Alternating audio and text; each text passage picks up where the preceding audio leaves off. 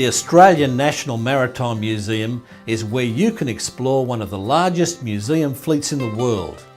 Concession tickets are available and it's free 1 day each month. So Jackson, here we are, we're in Darling Harbour and we're surrounded by dragon boats, submarines and everything imaginable. But what's it all about? Look, this is the Australian National Maritime Museum here in Darling Harbour, and it's one of the largest fleets of any museum in the world, Fred. We've got 15 vessels from Navy destroyers, Navy patrol boats. We've got a small fleet of beautiful wooden historical vessels. We've got Captain Cook's replica vessel, the HMB Endeavour. And it really caters for everyone that's interested in getting a slice and a taste of what it's like to live on the sea and be on a boat. So you can actually go on board some of the vessels? Look, I think that's one of the things that makes our museum unique, in that a lot of our vessels are fully working vessels. So they're still operational. James Cook's HMB Endeavour, we take around Australia every couple of years on a right royal adventure. And visitors can come when she's here in port to climb aboard and experience what that's like. So what about inside the museum itself? So inside the museum we've got a range of different displays and amazing artefacts. So tell us about Ken Warby. Now there's a fabulous Australian story for you. Look, Ken Warby's story and his vessel, the Spirit of Australia, is fantastic. It's on display here inside the museum. It's the fastest boat in Australia and in the world in its day.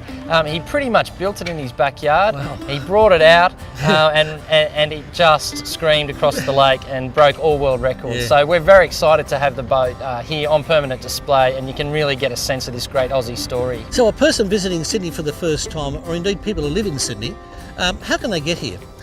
Well, look, I guess we're one of Sydney's only museums that's on the water. So my favourite way of coming to the museum is on the ferry, and the ferry stops a couple of 100 metres away, the New South Wales ferry. So that'd be my pick. You could get a taste of the harbour coming in, look at all the vessels, and then head off home via the harbour as well. So is it suitable for all ages, like older people will enjoy it? Yeah, usually in the summer we have quite a family-friendly program. We've got wet world and water pistol galleries. We take the vessels out and get out on the harbour. In the winter it's a bit more internal and inside. We have a lot of art exhibitions. We have Vikings coming up. We do a lot of stuff on pirates. We have a range of exhibitions inside that tell that maritime story from all different perspectives. But you can certainly board our vessels all year round.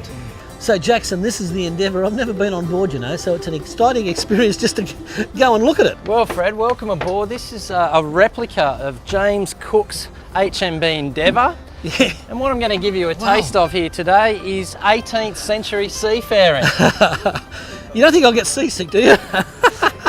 The interesting thing about the vessel is a full one-to-one replica. So everything here is authentic, fully seaworthy. I'll wow you with some facts if you like, Fred.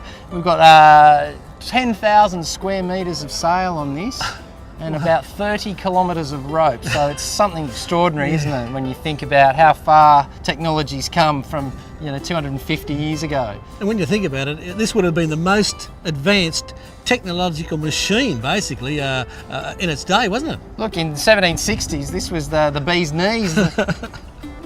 What a great life and what a great experience. And to think we're here and everyone can do this. You can come on board and you can actually go down and look inside it, can you? Look, that's the good thing. You can climb over the deck, you can take a guided tour or just explore at your own pace. But what's really exciting is once you get down underneath in the galley and you can see the captain's cabin and see where they cooked and prepared their meals and where their bunks were, where they slept and how they lived. This is the lead line. The lead line is used to determine the depth of water under your keel. And it's marked every couple of fathoms with a piece of leather or a piece of canvas or whatever, so that the operator could know exactly how deep it was. And so that's your lead line. And the other bit of navigation equipment is the ship's log. This is to determine the speed of the ship through the water. It's a triangle, could be any size, but usually a triangle. Had a peg in a leather sock. It got lead on the bottom of it here to keep it in that sort of shape at sea. You cast it over the stern of the vessel. The spindle here is on a swivel. It's on a line with every 48 feet there's a knot. There's a timer here for 28 seconds. and at the end of the 28 seconds you would stop this rotating, pull it in and count the knots. The vessel like this would normally do about 5 or 6 knots was its normal speed. This is the cat of 9 tails, and this was used as a consequence of bad behaviour.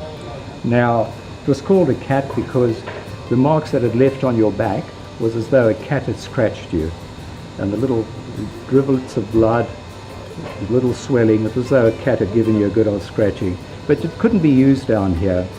There was not enough place to swing this cat, so you were taken on board, you were taken on deck, tied up to the rigging, your shirt was taken off, and you were given a good old flogging. This museum is proudly located at Darling Harbour, near the city centre, a fitting tribute to those who went and go to the sea in ships. Australia's past, present and future as an island continent will always be tied to its maritime history, as it should be.